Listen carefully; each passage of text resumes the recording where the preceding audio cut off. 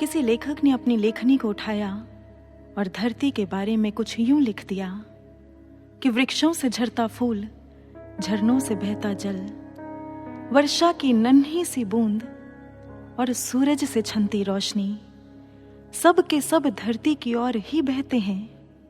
जानते हैं क्यों? एक वैज्ञानिक कहेगा कि ये धरती का गुरुत्वाकर्षण है, इसलिए।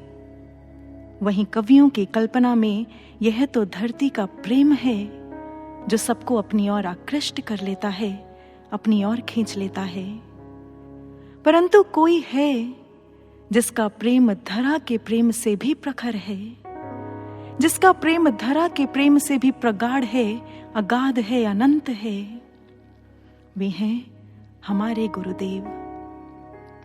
उनका प्रेम ऐसा है जिसके समक्ष एक शिष्य बिना किसी कारण के, बिना किसी उधेड़-बुन के अपने आप को ज्यों का त्यों छोड़ देता है। परत दर परत स्वयं को उघाड़ देता है। उसके जीवन की धुरी हो जाते हैं गुरुदेव, प्राणों का स्पंदन हो जाते हैं उसके गुरुदेव। तभी तो किसी फिलोसोफर ने खूब कह दिया, to the world he is just a man, but to those who know him he is their world itself. कि संसार के लिए तो वह केवल एक इंसान हो सकते हैं, पर जो उन्हें जानते हैं उनके तो वे ही संसार हैं, वे ही संसार हैं। ऐसी अनूठी है गुरु और शिष्य के संबंध की कहानी। एक बार युक्तेश्वर गिरी महाराज तेज कदमों से बढ़े जा रहे थे और दाएं हाथ से मुकुंद की कलाई भी थामी हुई थी। दिन ढलने को ही था। श्री युक्तेश्वर जी मुकुंद के संग गंगा किनारे आ बैठे। पहले तो गुरुदेव काफी समय तक मौन रहे, बस अपने स्नेहिल नेत्रों से मुकुंद को सहलाते रहे। पर फिर उनके मुख से ऐसे अनमोल वचन निकले जो हर युग का शिष्य अपने गुरुदेव के मुख से सुनने को तरसता है। वे बोले, सच कहता हूं मुकुंद, सच, मैं तुम पर अपने निष्काम प्रेम का खजाना लुटा दूंगा। गुरुदेव के हृदय सागर से निकले ये सच्चे मोती थे। अभी मुकुंद एकाएक धनवान होने के गौरव को संभाल भी ना पाया था कि उन्होंने एक मार्मिक सवाल दाग दिया, बताओ बताओ मुकुंद, क्या तुम भी मुझे वैसा ही प्यार करोगे? गुरुदेव की आंखों में एक निश्चल विश्वास था, एक आकांक्षा थी। मुकुंद के हृदय से भी एक पंक्ति बरबस ही खींची चली गई, yes yes, I love you eternally Gurudev, I love you eternally. हाँ, मैं आपको चिरंतन प्यार करूंगा, चिरंतन प्यार। दोनों और संपूर्ण समर्पण था, अटूट वफा का वायदा। और इसी के साथ एक ऐतिहासिक रिश्ते की शुरुआत हो गई। मुकुंद योगानंद बन गए और अपने गुरुदेव का संदेशवाहक बन पश्चिम में ज्ञान की धूम मचा दी। गुरु भाइयों और बहनों, प्रेम से लबालब इस अटूट रिश्ते की पहल तो उस प्रेम मसीहा सदगुरु से ही होती है। परंतु यह भी सृष्टि का अटल नियम है कि यह संबंध कभी भी एक तरफा नहीं हो सकता। अगर गुरुदेव अपने शिष्य पर प्रेम की बौछार बन बरस उठते हैं तो शिष्य का भी यह कर्तव्य बन जाता है कि वह अपने गुरुदेव की आकांक्षाओं को पूर्ण करने के लिए अपना तन, अपना मन, सब कुछ झोंक दे।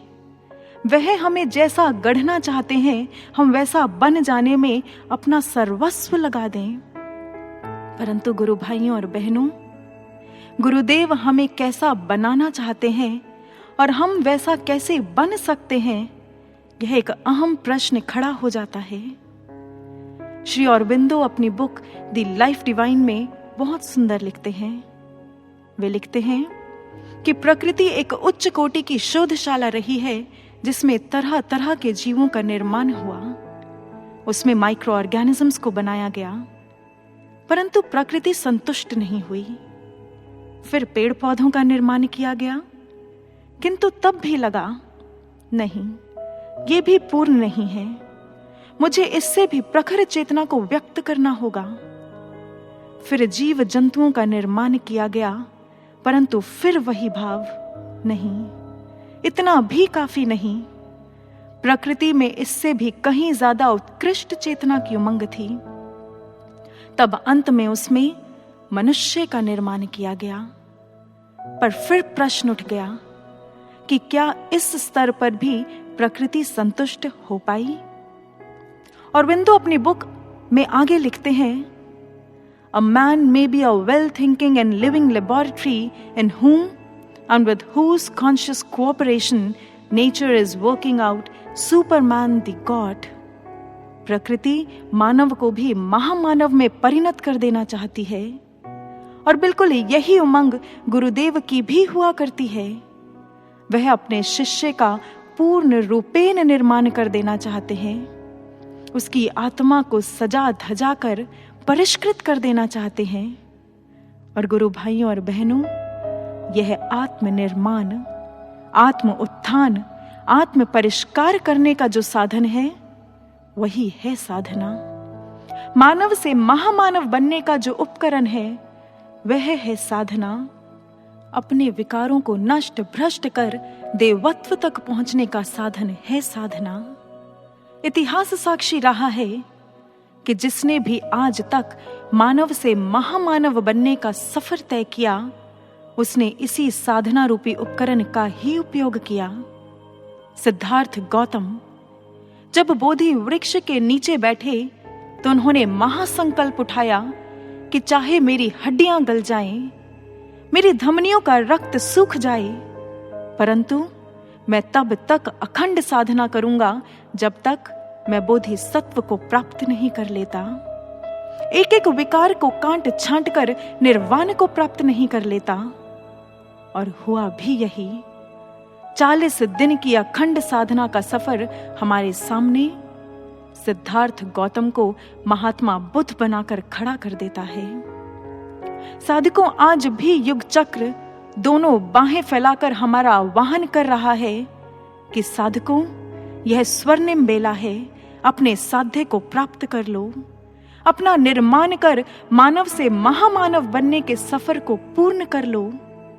गुरुदेव श्री आशुतोष महाराज जी ने नवयुग के लिए अनेक श्रेष्ठ योजनाएं बनाई हैं।